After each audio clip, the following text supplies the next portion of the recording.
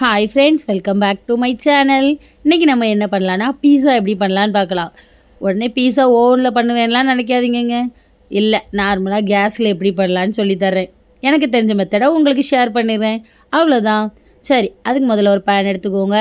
கொஞ்சமாக butter add பண்ணிவிட்டு வெட்டி வச்சுருக்க காயெல்லாம் எடுத்துக்கோங்க.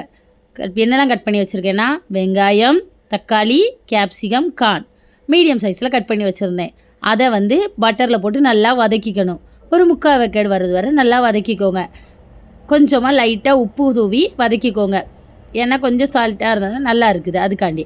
நெக்ஸ்ட்டு அதை ஒரு பாத்திரத்தில் எடுத்து வச்சுக்கோங்க. நெக்ஸ்ட்டு ரொட்டிக்கல் எடுத்துக்கோங்க.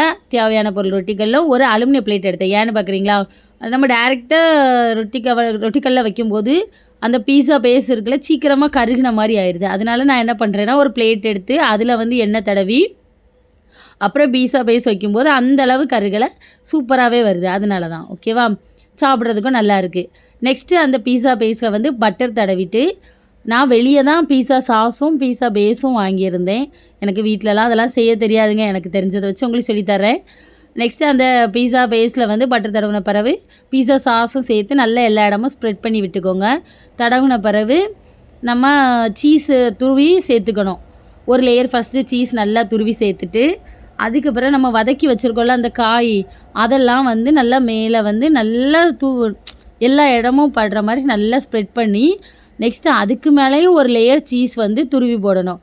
துருவி போட்டு அந்த ரொட்டிக்கல்லில் ஒரு 7 மினிட்ஸ் லோ ஹீட்டில் வச்சு தான் நம்ம இதை குக் பண்ணணும்.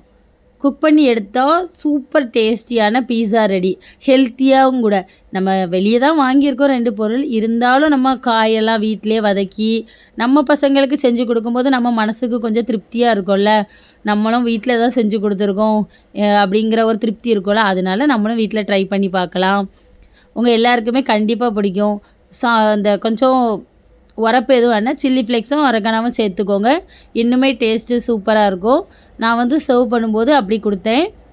இது எனக்கு தெரிஞ்ச மெத்தடில் தான் சொல்லி கொடுத்துருக்கேன். நீங்களும் வீட்டில் ட்ரை பண்ணி பாருங்கள். நானும் எக்ஸ்பர்ட்லாம் இல்லை, கேட்டு தான் செஞ்சேன்.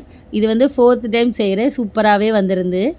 ஃபஸ்ட் டைம் செய்யும்போது எனக்கும் சொதப்பிச்சு, அப்புறம் செய்ய நல்லா சூப்பராக வந்துடுச்சு.